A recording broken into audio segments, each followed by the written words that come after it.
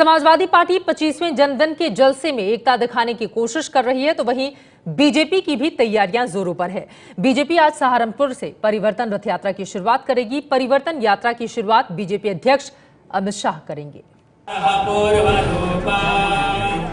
वैदिक रीति रिवाज से पूजा पाठ करने के बाद यूपी बीजेपी के अध्यक्ष केशव प्रसाद मौर्य ने परिवर्तन रथ को लखनऊ से रवाना कर दिया है।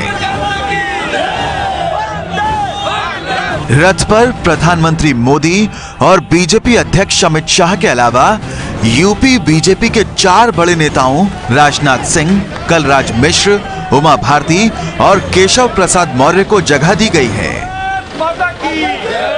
बीजेपी कह चुकी है कि वो प्रधानमंत्री मोदी के नाम और काम पर चुनाव लड़ेगी, लेकिन क्या अगर बीजेपी चुनाव जीत जाती है तो फिर प्रधानमंत्री मोदी मुख्यमंत्री तो बनेंगे नहीं।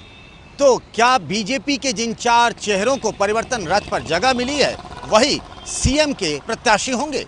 बीजेपी सीएम के सवाल को दरकिनार करके राज्य में परिवर्तन यात्रा को कामयाब बनाने में जुटी है। कार्यक्रम के मुताबिक बीजेपी राज्य के 4 हिस्सों से परिवर्तन यात्रा को शुरू करेगी।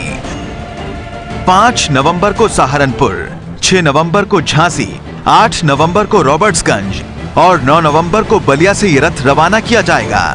रथ यूपी के सभी 75 जिलों से गुजरता हुआ आखिर में 24 नवंबर को राजधानी लखनऊ पहुंचेगा।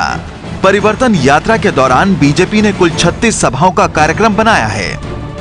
बीजेपी की इस परिवर्तन यात्रा में पार्टी के तमाम बड़े चेहरे शामिल होंगे, लेकिन असल दारोमदार तो पीएम मोदी पर ही है। परिवर्तन यात्रा के दौरान उत्तर प्रदेश में बड़ी बड़ी रैलियां भी होंगी। खुद प्रधानमंत्री 6 रैलियों को संबोधित करेंगे जो कि कमिश्नरी मुख्यालय पर होंगी। इसके अलावा अमित शाह और कलराज मिश्र 10 रैलियों को संबोधित करेंगे, जबकि उमा भारती 6 रैलियों को संबोधित करेंगी। 5 से 9 नवंबर के बीच यूपी के विभिन्न कोनों से शुरू होने वाली अपनी 4 परिवर्तन यात्राओं के जरिए राज्य में सत्ता पाने के बीजेपी के इस अभियान में प्रदेश के नेताओं की अहम भूमिका देखने को मिल सकती है।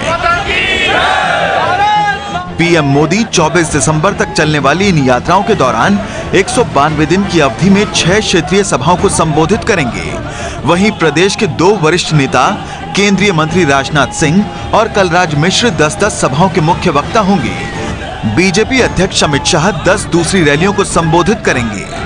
लखनऊ से पंकज झा के साथ दिल्ली से विकास भदौरिया की रिपोर्ट।